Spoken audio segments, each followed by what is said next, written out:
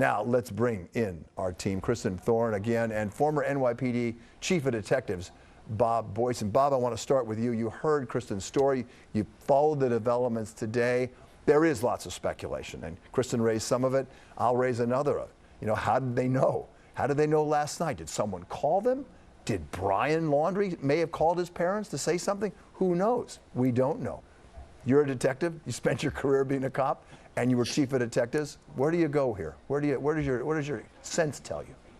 Good evening, Bill. There's just too many strange turns that Chris and Roberta Laundrie have been involved in to not believe that something is amiss here. You know, and then you see this, the day the park closed, the reopens, they go into this specific area here, and a very large, 2,400 acres, from what I understand, the park, it abuts the Carlton Reserve, and they go to this exact spot, and they find the backpack, and they identify the backpack, from what I can understand, and the notebook in this particular area. So it's quite strange. And 24,000 acres, I think, actually. 24,000. Yeah. It's even worse. Yeah. So they find this one location, this remote location, where it's a path where people go by. We see the gentleman walking by in an early handheld video, and they're being told by the FBI agent that, well, all of a sudden we found something, we found remains. And you can see that there's they're a little taken back by it, I can see. So there's a lot of things here. This doesn't add up to coincidence.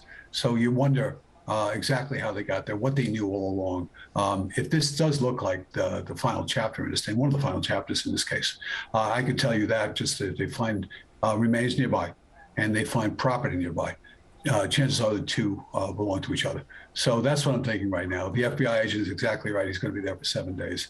I've been at outdoor crime scenes. You have to cut down a lot of brush. You really have to give a very thorough search. It's not an easy thing. The dogs might bring you to other campsites where he was, but perhaps Brian was camping out there. The medical examiner responded. He did an initial investigation, and I believe the body will be removed for an autopsy inside a lab. And we'll know more. Right, because they'll do DNA tests on the human remains. I think the thing that Kristen came up with and what she focused on in her story today, and Kristen, correct me if I'm wrong, but let me ask Bob the first question, and then you can weigh in on this, is that last night, well, something happened because that place, that preserve, opened up for the public again yesterday. Somebody may have seen something because they called the police. They called the FBI and said, we're going there tomorrow. So how did they know to go there tomorrow? Did someone call them? Did they get a call from somebody or find a note from their son? We don't know. But what does your gut tell you? Because they called the FBI last night and said, we're going to go there tomorrow. Meet us there.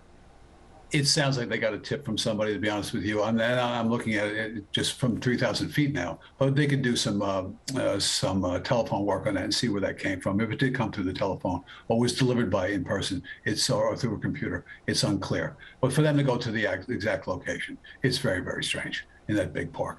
So they'll go forward with that. Did they know more? Were they holding back? And that'll be determined in the next couple of days, I think. The DNA is the important thing. Let's get this to find out exactly who this is if we can. Dental records, DNA, fingerprints, if they're still can be brought up after 5 weeks in the wild. You know, and also tattooing, if you can still see that. Looks like Brian has some tattoos. Yeah. And clothing. Will they be able to, the clothing found on the remains? Are there additional remains that the cadaver dogs can find if they search for decomposition? You know, is there a nearby campsite that they can identify? And could the coroner tell us about the same time of death, or close to it, like he did with Gabby, like they did with Gabby in Wyoming?